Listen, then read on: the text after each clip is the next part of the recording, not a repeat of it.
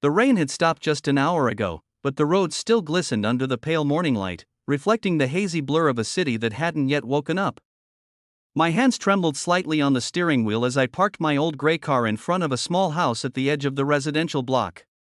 The man slumped in my passenger seat, my coworker, Ravi Menon, was half conscious, his head rolling against the window, the smell of alcohol filling the cramped car.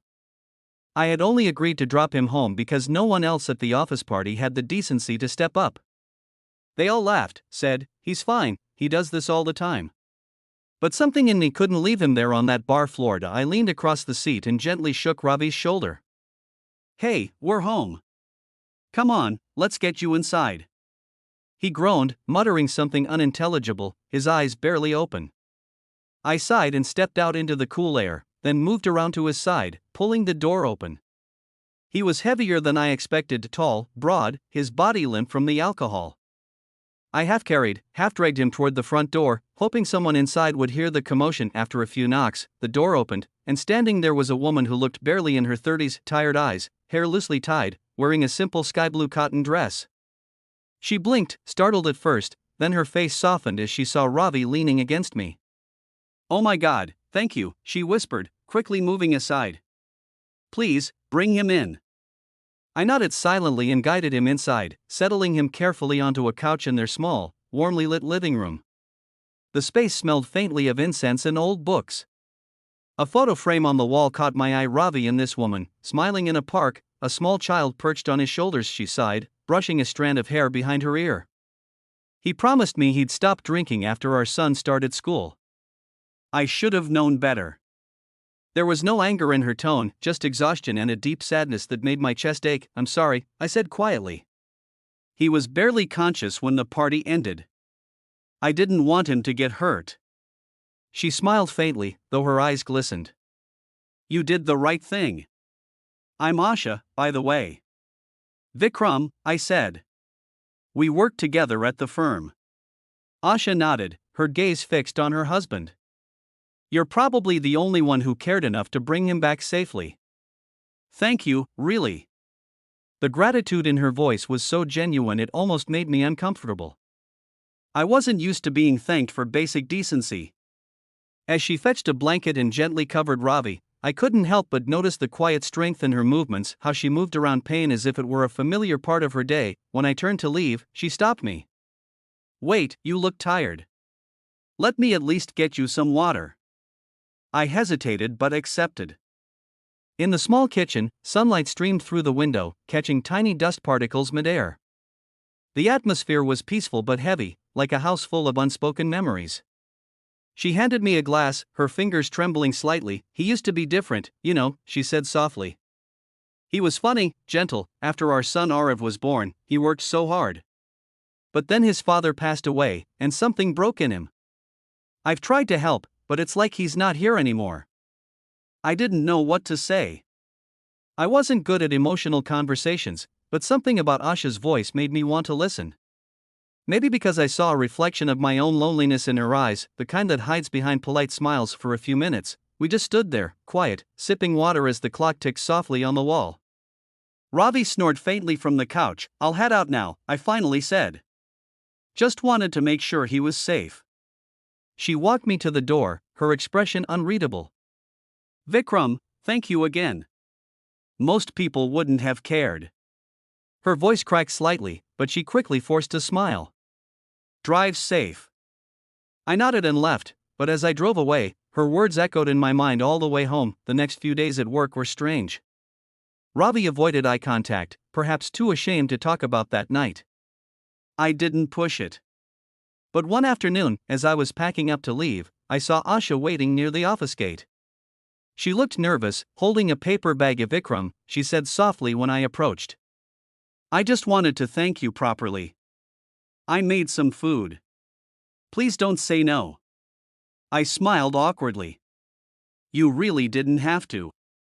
"I wanted to," she insisted, handing me the bag. "It's just simple homemade food. You said you live alone, right?" I blinked, surprised. "How did you?" She smiled faintly. "Ravi mentioned it once.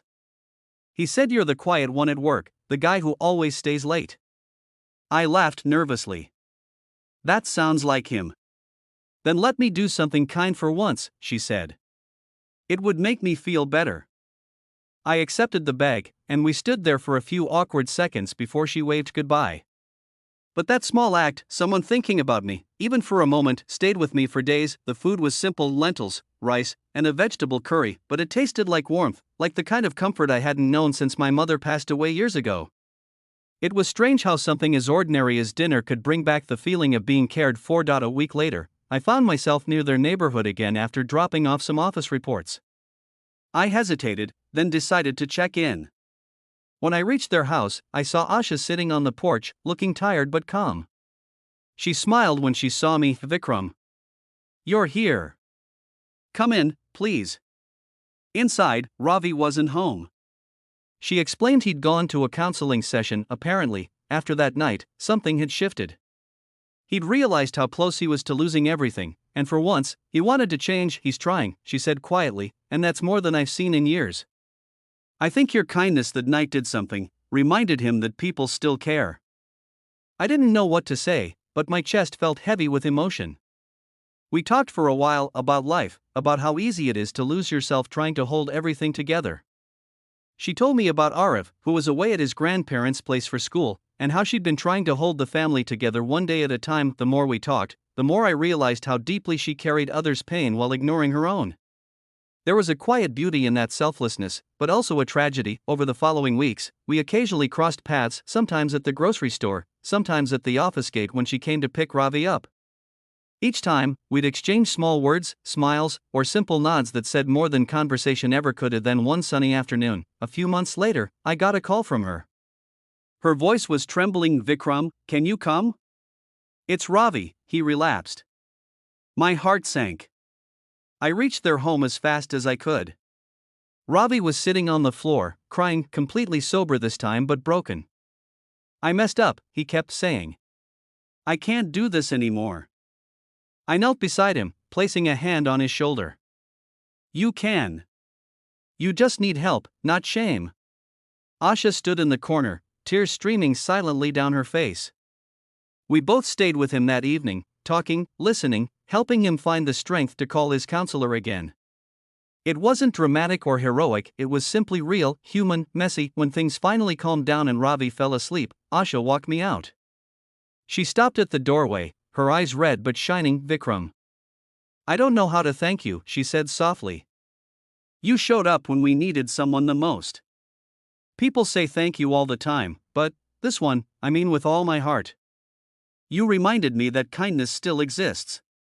There was silence for a moment, filled with the chirping of distant birds and the warmth of the fading sun. She smiled, tired but peaceful. I'll never forget what you did for us. And in that moment, I realized her thank you wasn't just for me, it was for the small spark of hope that had returned to their lives. Sometimes, all it takes is one act of kindness to change the direction of someone's story. From that day forward, I carried her words with me. Ravi eventually recovered, slowly but surely. He even returned to work, humbled and renewed.